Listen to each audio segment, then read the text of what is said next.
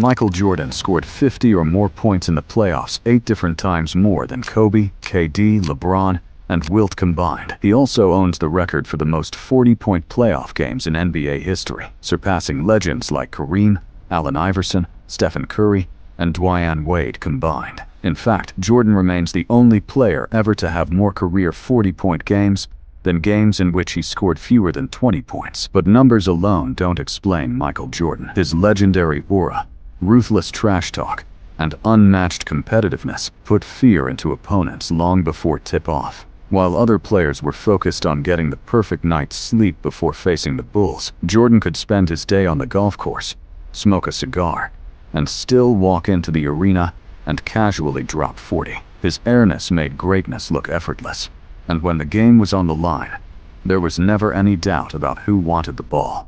Jordan hit 28 game-winning shots during his career, including 7 in the playoffs. Time after time, with everything at stake, he delivered. But Memjir wasn't just the greatest scorer of his generation. He was also one of the most complete two-way players basketball has ever seen. Jordan earned 9 first-team all-defensive selections, the most by any guard in NBA history. He is still the all-time leader in blocked shots among guards, and recorded over 200 steals in 6 different seasons. Then came 1989, when the Bulls lost their starting point guard. Head coach Doug Collins asked Jordan to run the offense. The result was unbelievable. Over an 11-game stretch, MJ recorded 10 triple-doubles while averaging 30 points, 11 assists, and nearly 10 rebounds per game. It was yet another reminder that he could dominate the game in virtually any role. Between 1991 and 1996, Jordan played 13 consecutive playoff series, while averaging more than 30 points per game.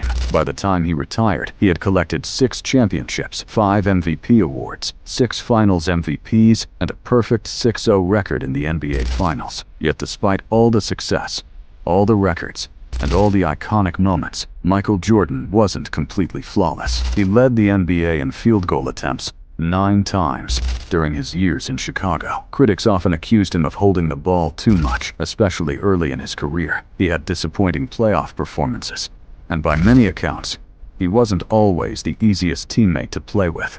So just how good was Michael Jordan really? Was he simply the most dominant player of his era, or is he truly the greatest basketball player who ever lived? To answer that question, we have to start at the very beginning, because before the championships, before the MVPs, and before the world knew the name Michael Jordan, he was just a kid who wasn't even supposed to be tall. It took just 2 practices for the Bulls coaching staff to realize they had something special. In fact, after watching Jordan dominate training camp, the head coach reportedly called the general manager and said, "You didn't mess up this draft." From day one, Michael Jordan had a simple mindset. He wasn't interested in earning respect with words.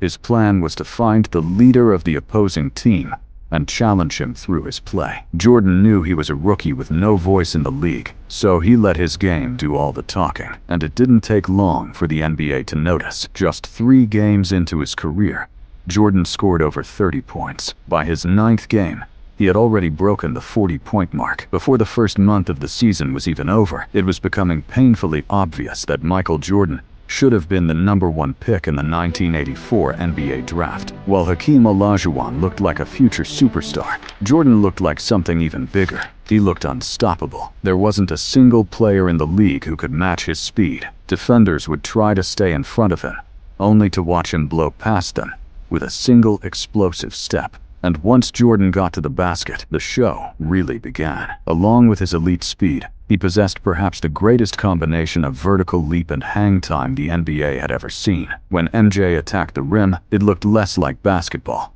and more like a fighter jet preparing for takeoff. His quickness created the runway. His athleticism did the rest. Even on jump shots, Jordan seemed to defy the laws of physics. Defenders could jump with him, but while they were already coming back down, Njire somehow remained suspended in the air, calmly releasing the ball over outstretched hands.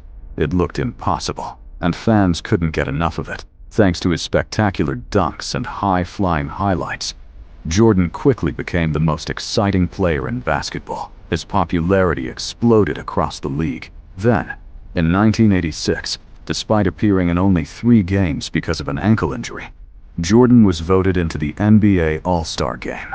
That same season, he delivered one of the greatest playoff performances ever witnessed. Against the Boston Celtics, Jordan scored a playoff record 63 points in a single game. After the performance, even Celtics legend Larry Bird struggled to find the right words. His famous conclusion became part of basketball history. That wasn't Michael Jordan. That was God disguised as Michael Jordan. And somehow, MJ was only getting started.